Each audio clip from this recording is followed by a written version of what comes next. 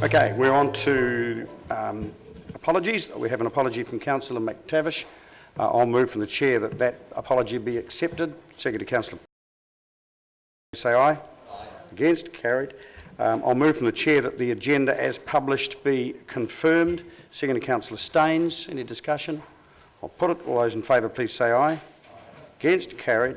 Declaration of interest for noting. And the fourth item is the refugee settlement in Dunedin. Welcome Michael and Rebecca. Now, is there anything you want to preface this with? It's pretty straightforward. But is there anything you want to say before we consider, or before I open up for questions? If I can just offer an update.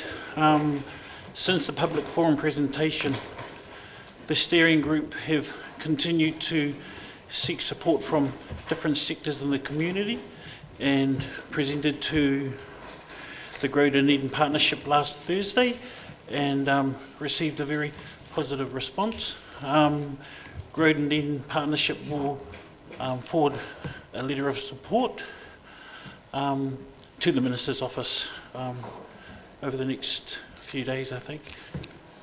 Thank you, Michael. Questions, councillors? Councillor Wilson.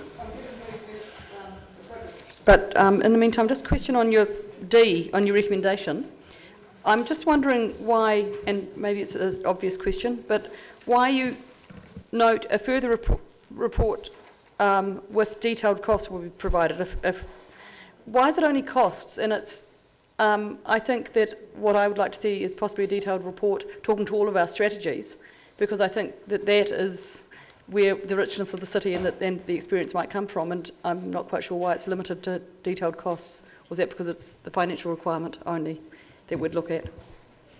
No, it does say further report with detailed costs, so it's just that'll be one element of the report. Would it make any difference if it was a further report talking to the strategies, and then it can look to all of them, including the finance strategy? I think moving forward we would want to get a good picture around what having refugees come to Dunedin will look like, so including costs plus all the other aspects, aligning to the strategies or not. Yeah, yeah. No, and that's what I just, yeah. I hope this isn't a decision just made on financial grounds by the city, because I don't think that that reflects the views of the submissions that we've had or the sentiment of the community. Thank you. In order to try and get some feel for Dunedin as a suitable place for refugees, do you have any figures or indications of how many of the large number of Kampucheans that came here, must be 30, 40 years ago now, how many of that large number of Kampuchean refugees actually stayed in the city? Sorry, I don't have that information. Is there anywhere where we could get that kind of information? Because that would, I think, give to me a much wider picture of what Dunedin really can provide for refugees, and whether or not Dunedin may just be a kind of clearinghouse for refugees to go elsewhere. So if it's possible to get some kind of indication on what previous refugee movements have been like, that would help a lot for maybe perhaps something you could include in the next report. Sure. So we do have Barbara Johnson, who is in the steering group. She was a support person during that time with the Cambodian families, and she will be able to provide us with that information. Great. Thank you. Councillor Calvert. On looking at the recommendations, I think I understand that we're talking about in principle, and that later we would have fleshed out for us more of an understanding about where we would be going, and it would develop with the plot, and at a later point we could have another review or say it's too rich for us, or it's not quite what we want or something. Is that what the recommendations are? Yeah, so the steering group gathered even before the Syrian crisis as a parish initially to look at how they might be able to offer Dunedin or their homes to refugees. And when we caught up with them at their first meeting, late September, we shared the information that the final decision as to whether or not Dunedin becomes a new location sits in government. So they've been plodding along, having conversations, making networks, even before the decision is made. But I guess, you know, they're just being proactive. In terms of a decision, we're looking at maybe sometime in December, and then we're hoping that everything will be pulled together and we'll have a better picture around what that's going to look like for the city. I'm just, because the resolutions seem relatively clear that this is a step and it's an approval in principle, whereas the options don't quite fit with that, because the option 1 says supports in principle, which is to do with the, but option 2 says it does not support the intentions of the submission, and that an advantage is that the decision to support the initiative and intentions. And so it sort of suggests that the alternative of status quo would be that we wouldn't be supporting things that in the alternative we weren't supporting both of anyway. It's just slightly awkward, but if you have a look at these options, you're meaning what has turned up in a recommendation to be the primary position, not just what's in the options. Okay. Yeah. So the steering group came, they presented to council through the public forum, seeking council support. And in lieu of a decision being made, I guess this report allows council to decide whether or not they support the coming of refugees to Dunedin, or we wait until a decision is made and we can have a... I'm sort of wanting to know whether I'm supporting it in principle, or once I've voted for this, if I do, whether... yeah, it would be in principle. Whether it ends up that we've dropped ourselves into it just with... Yeah. Can I just follow that up with a clarification? I take it that when we get the next report, we talk about costs, they will be not only identified if there are any, but it'll be identified where they lie. Because my understanding is that when government funds refugee resettlement programs, they contract, for instance, the Red Cross, and there may be indeed no cost to council at all. And I think if we get any report back, it needs to be quite clear not only what costs there are, but where they lie and whether they lie with council. Yeah, that's correct. Yep. Yep, thank you. Right, are there any further questions, councillors? Councillor, someone else have their hand up? Oh, sorry, Councillor Wiley. Thank you. Michael, so can you just run me through under point 1, executive summary, be granted status as a refugee resettlement location. Can you just quickly give me an idea what that means? So in New Zealand, there are several refugee settlement locations: Wellington, Auckland, Nelson. And so to be considered, the Minister of Immigration, the Ministry, make a decision as to where those areas are. And so that means, in terms of resettlement location, that's just where refugee families can go. And the second part around a resettlement centre is a physical space, a physical building where refugees come off the plane and go to a physical building. And at this point in time, it's in Mangere. And the refugee steering group have asked if Dunedin would be considered for that also. So there are two things that the group wanted to do. One is to welcome refugees, and one is to be a part of the initial process when they first come into the country. Okay. My understanding, government has said that there will be no other settlement locations around the country. They've said Mangere is where it's at. Settlement centres? Yeah. Yeah, yeah. So in their submission, they may have had that information, but they still asked if Dunedin would be considered. Okay. would you be looking at, or have you had information from Nelson and how things have worked there to use as a parallel? Yeah, so the steering group have had contact with Nelson around how things have worked there because they're one of the newest locations. And we've also had information from the Wellington City Council around the recent discussions around the Syrian refugees. Okay. Are we predominantly talking Syrian refugees, or are we talking refugees across the board?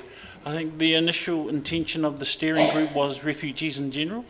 The New Zealand government, up until last week, focus has been on long-term refugees, so not the Syrian ones, but the ones who have been in camps for many years. Okay. Do we have families in Dunedin that could support these people coming from their own countries?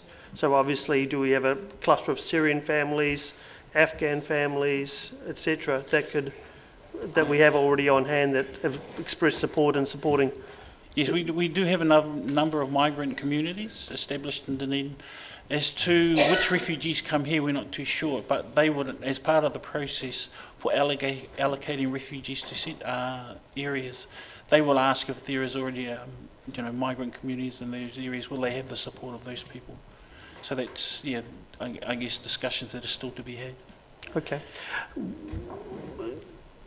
In talking with Nelson and Wellington, have they seen the funding mechanism there?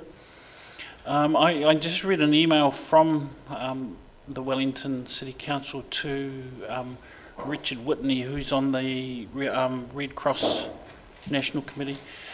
Basically, in terms of what Council have done, Wellington City Council have done, is in preparation, they've just reallocated their community funding. They've allowed for some resource for staffing and that sort of stuff, but it hasn't cost them any new money apart from what they already have there. So okay, I have been looking for it today, but well, when was it, David? When Councillor Ben spoke, when did we go on the radio and talk about this issue? It was back in beginning of September or something. But during that period when I got my notes together on it, it worked out the government was funding, it was like per $77,000 per refugee. So do they look at X portion is in the resettlement centre and then X portion goes to the community? Do we have any guidelines on that? no, I saw that the Prime Minister had made that announcement that it cost $80,000 per refugee.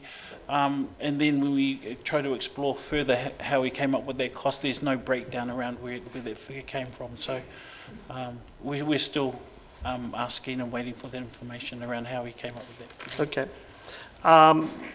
Sorry, two final questions. When we look at jobs and availability in Dunedin, we've got a lot of youth unemployment and things like that. How, I guess as you go along, you'll explore how these families could already sit into a tough job market, etc. Yes, so I guess it's where Grow Dunedin Partnership comes into play. The Wellington experience has been that employment has been key to having refugees who come to settle stay in the city, and they lost a significant number of refugees who couldn't find employment. So that's going to be I guess, an issue that's going to have to be addressed if Dunedin is chosen as a refugee location. Okay. And then the other side of that is, do we have suitable housing stock to support these refugees? And once again, that's a discussion that will, if Dunedin is chosen. However, the steering group have been proactive. They talked to the Otago property investors and Housing New Zealand around stock. They did ask to meet with our property, but felt that meeting with them once a decision was made, if positive, then they would come back to meeting with our property department. Okay. I did say I only had two, but I've got one more final one, sorry. Looking at, do we still have families struggling after the South Dunedin flood that we should be essentially spending a little bit more time with than, and again, not to be harsh, but focusing on some of these other issues? Do we, or are they all South Dunedin residents, flood related, all taken care of and under control? I think there's still some that are requiring additional assistance, but are getting that assistance. Okay, thank you. Councillor Hawkins. Yeah, thank you. Do you have any understanding of the relative quality of accommodation between rental properties in Dunedin and the camps in Syria and Lebanon that these people are currently housed in? No, so. Thank you.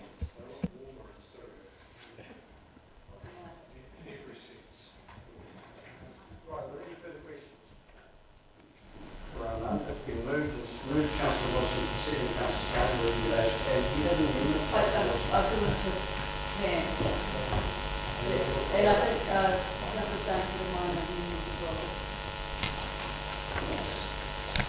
well. I just felt that we should, in brackets on resolution B, at the end of that sentence, in brackets option 1, just ties it back to which option it's referring.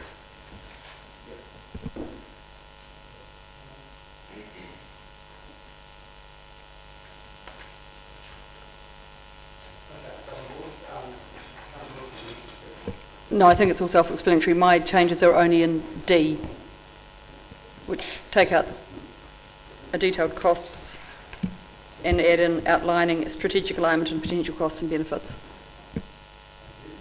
Okay, further discussion.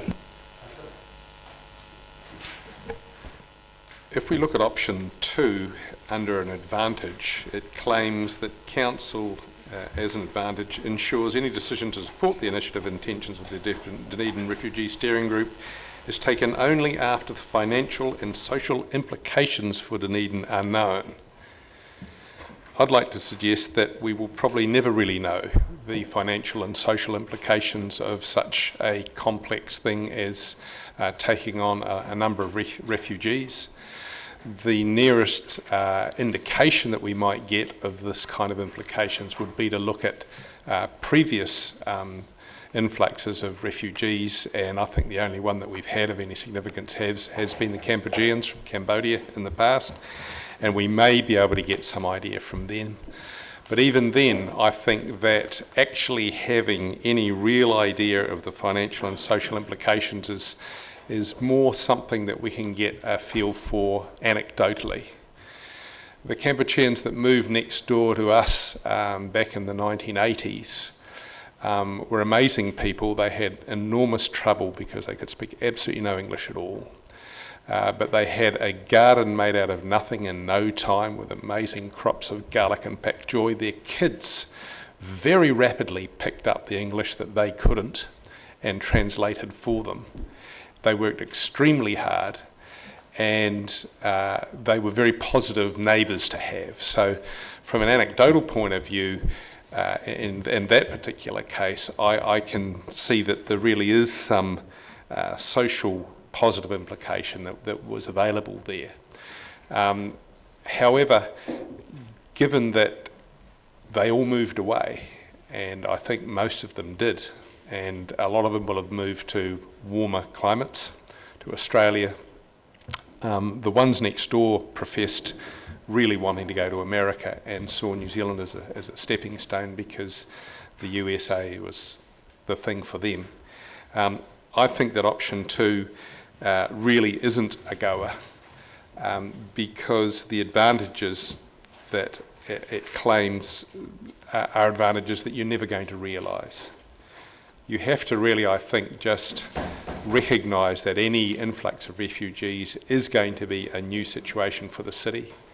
If we have something that we can offer them, then they will almost invariably have something they can offer us as well. But I think the first question is the one that we really need to answer. So I have no problem with supporting option 1, which is the recommended option.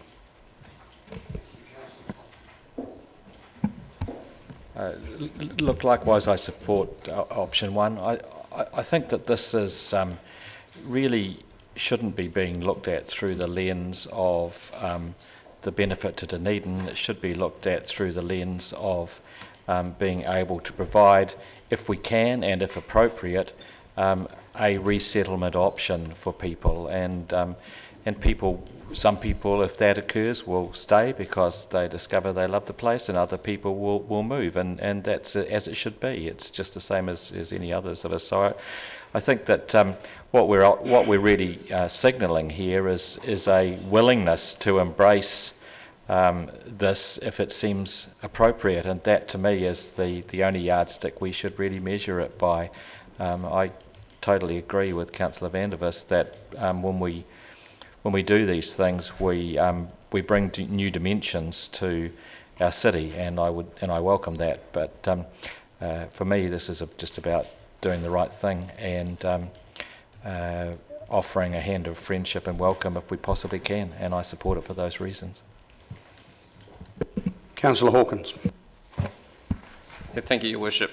I can support this too. I think events that have unfolded in Paris over the weekend and then subsequently in Syria have painted a very vivid portrait of the relative peace and prosperity we're fortunate enough to find ourselves in here. And I think we have a moral obligation as a country and as a community to do what we can to help any families or individuals, for that matter, who are trying to flee that nightmare that they currently live on a daily basis. I don't think we can pick and choose when we want to be global citizens. We can't have an economic development strategy that encourages our local businesses to take their products to an international market, but then when there are corners of the world in significant strife, not extend a hand where we are capable of doing so to helping people who are suffering in those parts of the world. So thanks to the authors of the report to have this turned around so quickly, a rare thing these days, and so we can get on with this work as it progresses. So thanks. Councillor Staines. Councillor Hawkins has stolen most of my thunder, but I think it's important to note that the Grow Dunedin Partnership has also discussed this matter, and at its last meeting resolved to provide a letter of support to this effect, and I think that also shows the commitment of the partners sitting around the table, and those partners will obviously have some significant roles to play should we be getting the option of having either a resettlement centre or being a city for the refugees to come to.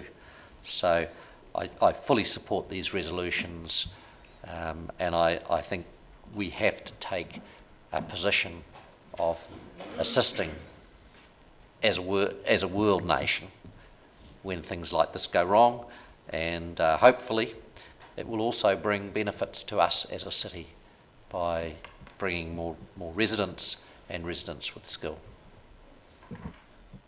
Councillor Calvert. I think it's important that we do support refugees in Dunedin, and we've got a, I think, proud history in doing so. I particularly like about this group that it is based around, for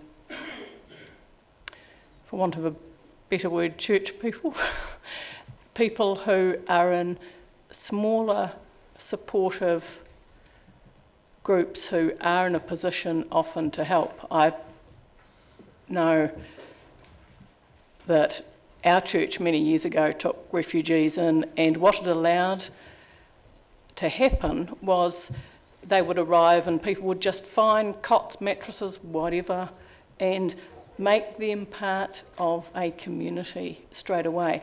And we can't as a council make them part of a community, but we have a steering group here that has people on it who can make them part of a community, make them welcome, make them able to live and contribute to our wider community. And that's what I particularly like about that. It isn't something that a council can impose or do or just say nice things about. It requires people to actually get in amongst it. And I think we should all be very appreciative that the steering group is prepared to do that on behalf of our wider Dunedin community. Councillor Peake. Yeah, just further to Councillor Coward, I also have had direct experience of supporting a refugee family into New Zealand at Auckland, a refugee family from Afghanistan, and about whom I've written a whole book, and I've seen that that two-way street that assistance is. It's a two-way street because we help them and they give us something back in terms of worldview or in terms of teaching us about other cultures, and we can do that in Dunedin as well on a bigger scale than we have done before, so I'm thoroughly behind this resolution. Councillor Wiley.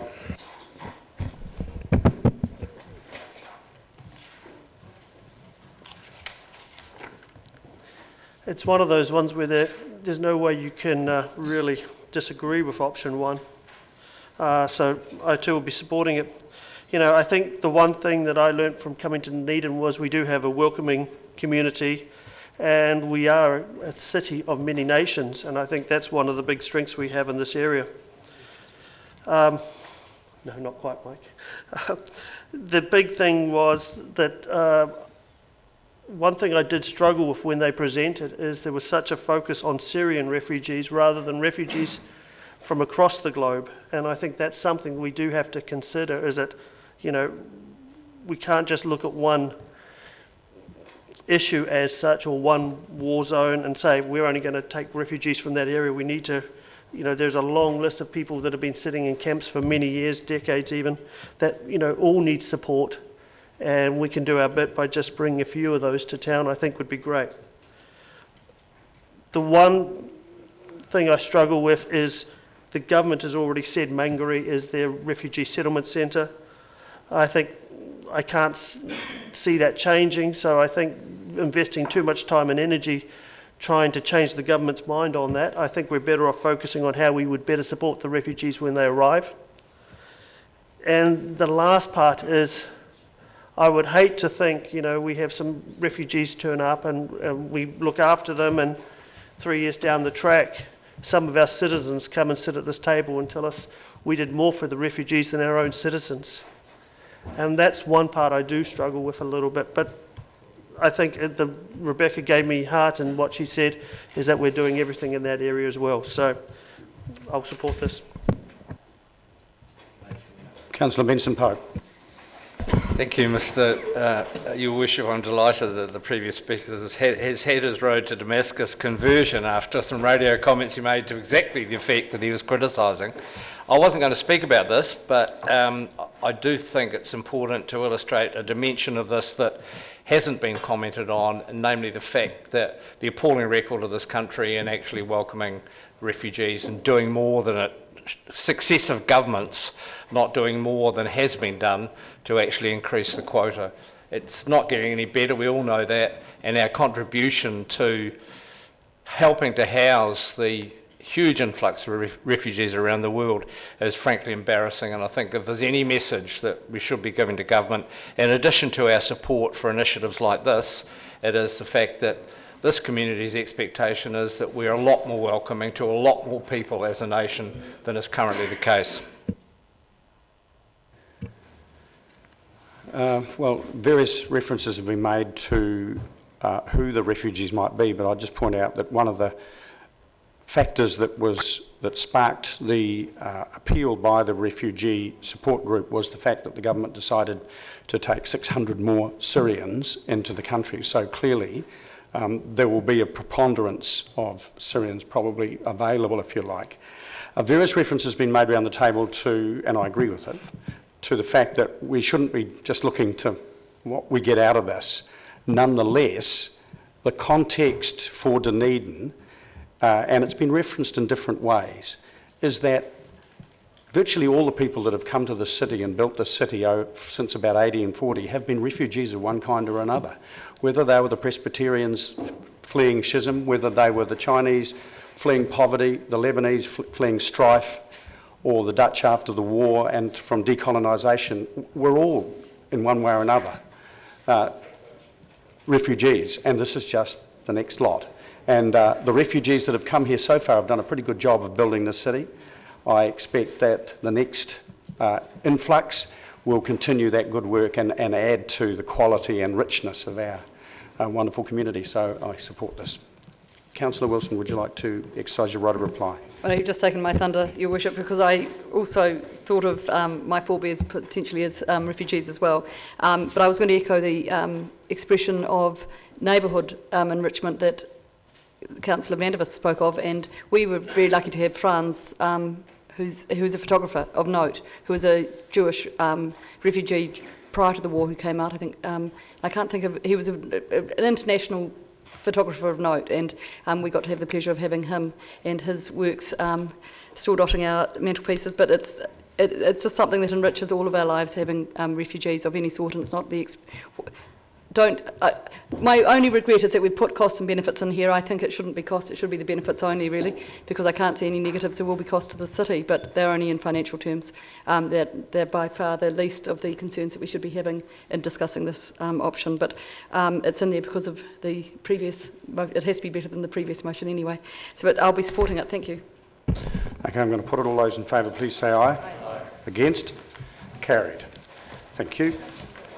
Now, we'll move on to, in moving on to item 5, can I just point out that the paper, the white paper, is for the purposes of transparency, and we will be moving into non-public. We can't discuss the paper, obviously, in public, so I'm going to move from the chair that we move into non-public. Second to Councillor Staines. All those in favour, please say aye. Aye. Against? Carried.